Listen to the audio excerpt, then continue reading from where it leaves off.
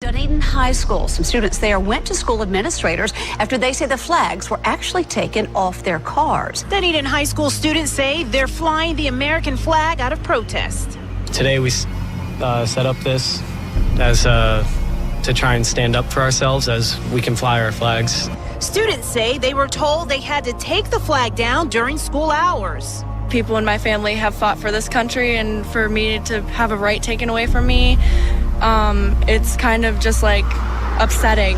School principal Kyle Johnson says he never told students they couldn't fly the flag. He says the school's policy states any loose items on cars or truck beds are safety hazards. Anything on a vehicle must be secured. I understand how it is a safety matter. However, the announcement was because it was going to cause a conflict. But we never confiscated any flags. But what we did do is, like, the flags were stuck in the back of pickup trucks and they were loose. And we wanted to make sure no loose items at all that can be picked up, swung around, possibly hit somebody by accident. Principal Johnson says he'll let democracy decide and give the students a chance to write a new policy. In our proposal, we just talked about how the recognized national flags are allowed in school truck beds as long as they're secured properly, so that way it's not a safety hazard or anything like that. And the principal tells me that he's actually proud of his students for taking a stand, especially since this is an election year and all we've been talking about is voting. Now, the student government, they will write this proposal. It will go before a student council to be voted on next week, and then after that, it will go to school officials. The chant at ground zero in the days after the September 11th terror attacks is something many of us will always remember. A moment of pride in this country during undoubtedly one of the darkest days there. But some have started using this chant, they say, in a different way, taking USA and substituting a vulgar message aimed at their opponent. Now, as a result of this, the OK Conference has established a new rule limiting when fans can chant USA at high school games and is now enforcing other rules as well. Well, we shall see what the reaction will be. The OK Conference restrictions on the USA chant follows what many thought were inappropriate chants, banners, and behavior by some Forest Hill Central students at their game against Ottawa Hills Grand Rapids last week at Houseman Field. Now, Forest Hill Central is the home team here tonight, their first game since complaints about the actions of some of their fans last week, and the first since the restrictions on the USA chant were enacted by members of the OK Conference. The use of this chant as a put-down or vulgar insult wasn't the main issue at last week's game, but one the conference thought they should address.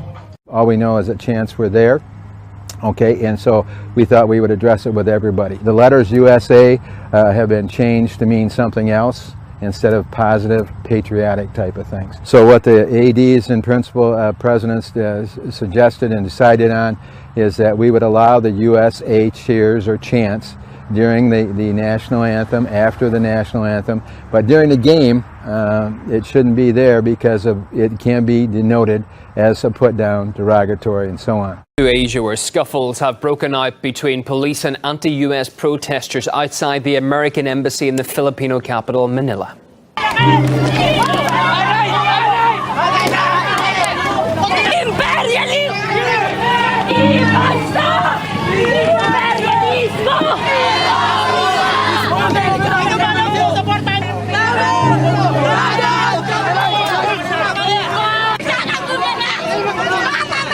The demonstrators came out in support of the latest comments made by the Philippine President Rodrigo Duterte. He called for the removal of American troops from the south of the country, adding that their presence creates tensions among the majority Muslim population of that area. Duterte also said he won't allow government forces to conduct joint patrols of disputed waters near the South China Sea, apparently scrapping a deal his predecessor reached with the American military earlier this year. Is an alleged video of the incident that surfaced online. Rebels, reportedly belonging to a group backed by the U.S., are heard chanting anti-American slogans. The U.S. forces reportedly crossed the Turkish border into Syria as part of an operation to coordinate airstrikes against ISIS. However, it seems they decided to return back to Turkey after Syrian rebels furiously protested against their presence in the area. The rebels were chanting anti-American slogans as well as threatening the troops with violence. Earlier, Washington confirmed it was assisting Turkey in its anti-ISIS operations in the area. The Pentagon has yet to comment on the latest reports. It's likely to be very embarrassing for the United States. Free Syrian army fighters, the so-called moderate rebels that the Americans and the Turks have been insisting for years now are the acceptable opposition in Syria, openly calling for the slaughter of American forces and calling their presence in Syria an invasion of Syrian land. As I said, very embarrassing for the Americans and really highlighting the problems of the Americans openly intervening in a country like Syria, in the Middle East rather, where their past interventions really bring up many bad memories for people in the region. Fierce clashes between regime troops and rebel fighters have erupted to the east of the capital Damascus. The US and Syrian ally Russia negotiated a cessation of hostilities that began on Monday evening. The ceasefire deal was clinched in a bid to allow humanitarian aid deliveries to besieged areas where hundreds of thousands of desperate civilians remain trapped. These fierce shelling began just a few hours ago to the east of Damascus in the town of Jobar. Now already, as is so common in this war in Syria, both the Syrian government and the opposition are trading blames for who is actually responsible for sparking this latest wave of violence, which could put the whole ceasefire deal, which had until now been holding quite well, in jeopardy. If Washington doesn't do more to influence the moderate opposition fighters in Syria it supports, Moscow has warned it could resume its airstrikes against them. Right now, US-backed rebels are mingled with Sunni Muslim radicals like Al-Nusra Front, which has ties to Al-Qaeda. Russia's Foreign Minister Sergei Lavrov has urged Washington to keep its promise to separate them. Sergei Lavrov had a telephone conversation with his US counterpart, the Secretary of State John Kerry, and Lavrov reiterated the need to publish the entire package of the Syria ceasefire agreement. The UN Security Council has cancelled a meeting on the Syrian ceasefire due to disagreements between the United States and Russia. Envoys were scheduled to present details of the joint agreement, which called for a ceasefire, the delivery of aid and joint targeting of Islamist rebels in Syria. However, the US has been reluctant to release details of the agreement, citing security concerns for some US-backed groups fighting in the country.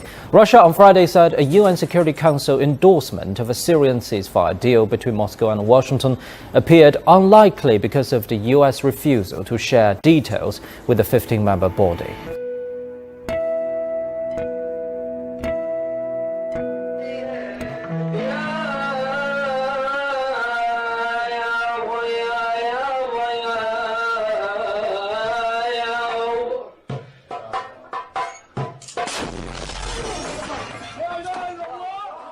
There are now more than 1 million refugees who have fled South Sudan, and the United Nations says that number will continue to rise. Those refugees have been uprooted due to violence stemming from the country's civil war that started in 2013.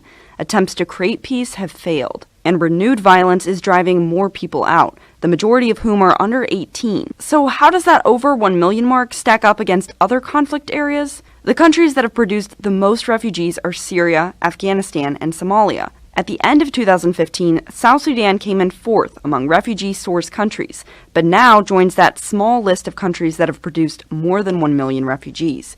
It's closing the gap between Somalia, which produced 1.1 million refugees. 2.7 million refugees originated from Afghanistan and 4.9 million from Syria. Police in Paris have evacuated a camp holding around 1,500 migrants who have been living on the streets of the French capital for weeks. The operation was launched on Friday morning just west of Montmartre. Most were transported to temporary shelters where they're expected to receive food and medical treatment. Most of the migrants relocated were from Afghanistan, Eritrea and Sudan, and it's thought many were headed to Calais. According to the mayor of Paris, several dozen migrants arrive on the streets of the city each day. They work together. They live together. They fight together. In the name of gender equality, Norway is introducing compulsory military service for women. Jean is one of the new recruits. I've noticed that some boys aren't used to living and working with girls, but I don't think that's going to be a problem. Jean is one of 30,000 young women now eligible to join the military ranks. But with a number of new conscripts needed by the army being under 10,000 men and women, This number will be whittled down to include only the best of the best. The measure was voted through Parliament in 2013, but is only now coming into force, making Norway the first NATO country and the first in Europe to have gender-neutral conscription. I think it's fine. It should be equal for everyone. We're an equal nation, so why shouldn't women have their share of the fun? Even the dormitories are mixed. Experts believe cohabitation improves camaraderie within a unit and can in fact combat sexual harassment. Norway has long been a leader when it comes to gender equality. 4 of the last 5 defence ministers have been women. With this latest move, they're aiming to oust gender stereotypes once and for all. Violence has flared up in the occupied West Bank. Israeli forces say they shot dead a Palestinian after he wounded a soldier. In a separate incident, a car carrying 2 people rammed into a bus stop, injuring 3 civilians near Hebron. Police say one of the assailants has been killed, the other wounded. In East Jerusalem, Israeli forces have shot a knife-wielding attacker. He was killed at the heavily patrolled Damascus Gate, a main entrance to Jerusalem's walled Old City. Police claim he ran towards a group of officers waving a knife before they opened fire. The man, believed to live in Jordan, had another knife about his person.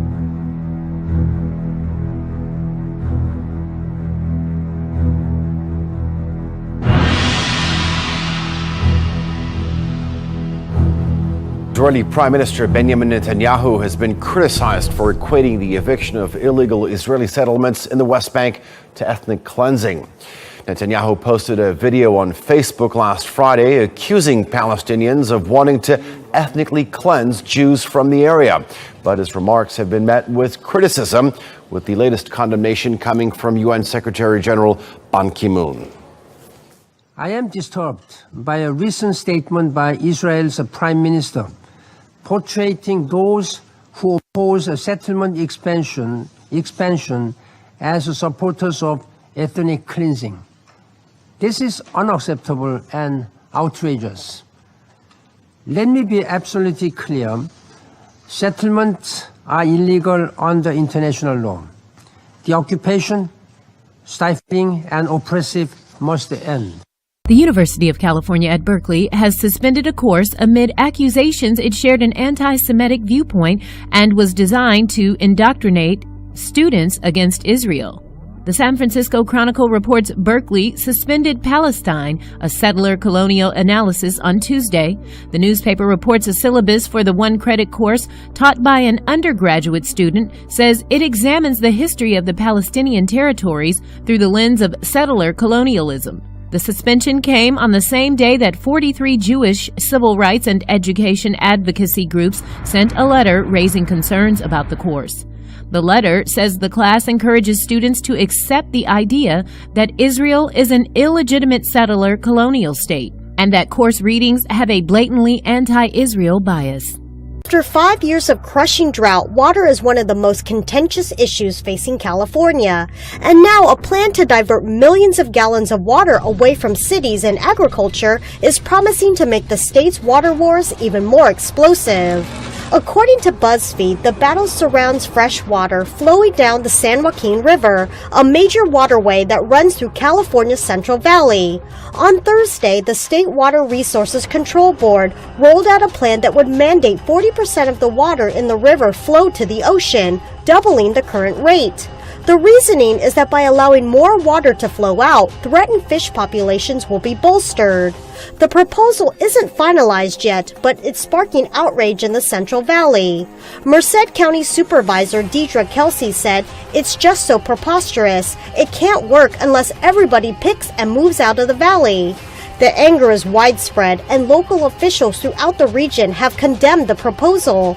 California Assemblyman Adam Gray described it as an economic death sentence, and Jake Wenger of the Modesto Irrigation District told KQED the move amounts to an all-out assault on the community. Before picture here. Here's the before shot right here at the Mosaic Phosphate Mine in Mulberry, and that pond right there, that's where the sinkhole is tonight. Now let me show you something else. This is video that we got today from Action Air 1, the view from above over the scene. You see how deep that thing is? Goes straight down to the aquifer. Action Air 1 showing how this pond is now gone, and it sucked down all that radioactive water right into the water supply. You're looking at an open wound into the water supply. 215 million gallons of radioactive H2O pouring straight into the Floridan aquifer. Water James Branch drinks. Everything out here is on wells. And someone should have known or let us know that. Dr. Van Binion believes the contamination will be confined to the immediate area near the Mosaic plant in Mulberry, giving folks like James Branch reason to ask questions. I noticed a guard shack going up, and I noticed they blocked off the dirt road, and I was thinking to myself, what's going on? States of emergency have been declared in Alabama and Georgia after a major gasoline pipeline broke in Alabama. The main concern, fuel shortages along the pipeline route. The state of emergency allows Georgia and Alabama more fuel than normal to be brought in by truck. It also extends the number of hours that fuel trucks are allowed to operate. Now, the sudden fuel shortage could actually increase retail prices up the East Coast. That's why everybody's freaking out. The spills actually disrupted the flow of gasoline from refineries in Houston all the way up to New York, and it could take another week for the pipeline to be repaired. Fuel shortages at service stations have already been noticed in Atlanta. The line's operator, Colonial Pipeline, says it also expects shortages in Tennessee as well as across North and South Carolina. A parallel pipeline is now moving supplies from Texas as far as western Alabama. An estimated 250,000 gallons of gasoline spilled a week ago out of the pipeline in Shelby County, Alabama, south of Birmingham. The pipeline company says the spill has been contained and in retention ponds there. Authorities and residents of Fujian province in southeastern China are dealing with the aftermath of Typhoon Meranti. The storm crashed into the area with strong winds and lashing rain, leaving a trail of devastation, destroying crops and homes and leaving at least 10 people dead. Power lines are down and around 1.65 million homes are without electricity. The typhoon hit the southern part of Taiwan on Wednesday and was classified a Category 5 typhoon by the Tropical Storm Risk Storm Tracker, the strongest classification available.